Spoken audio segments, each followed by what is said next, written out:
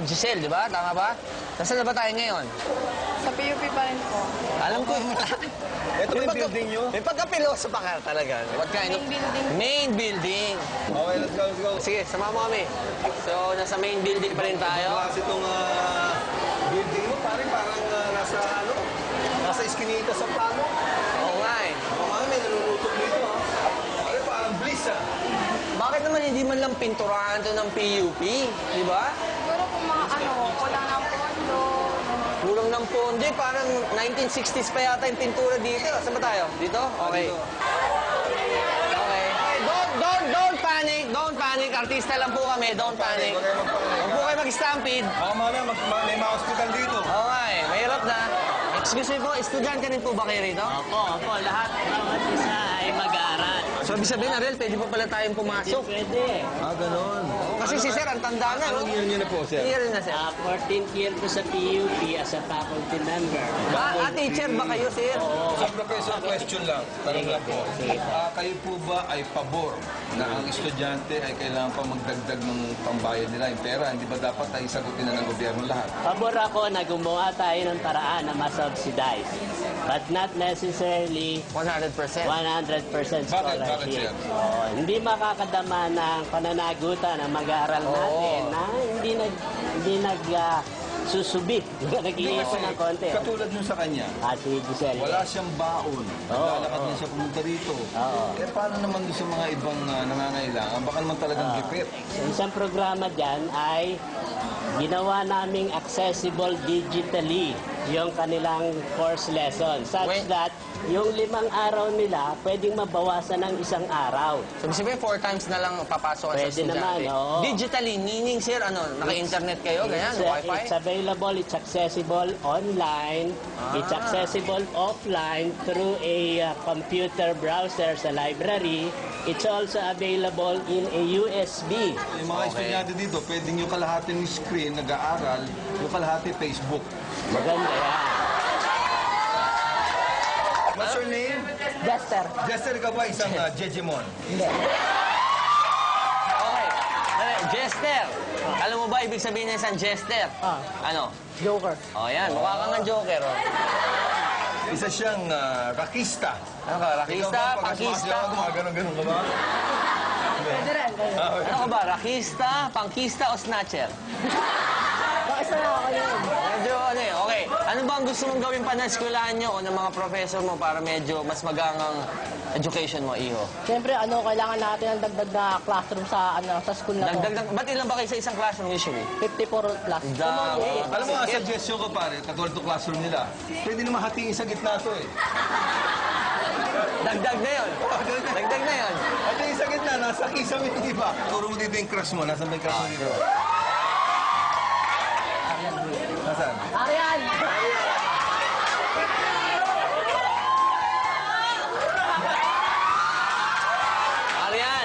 Arian, ano masasabi mo na crush ka ni Jester?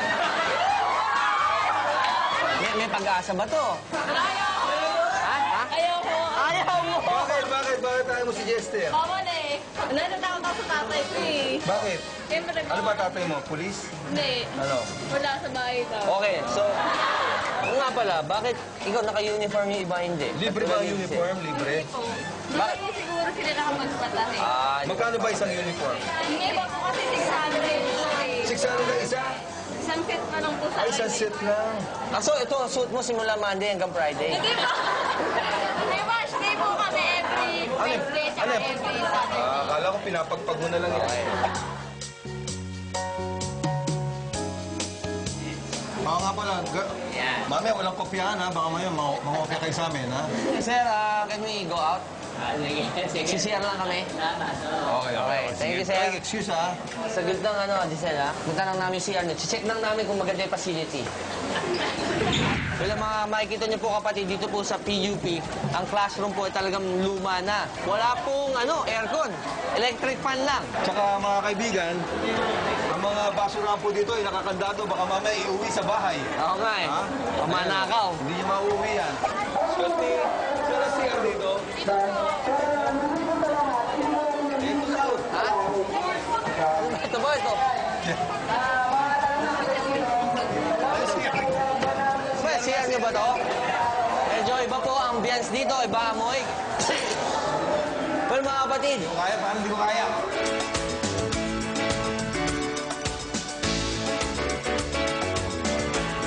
kanina, check natin yung CR. Ngayon naman, check natin yung mga ibang classroom nila. Katulad nito, keyboarding room. Ano ba itong keyboarding room na to? Alamin natin.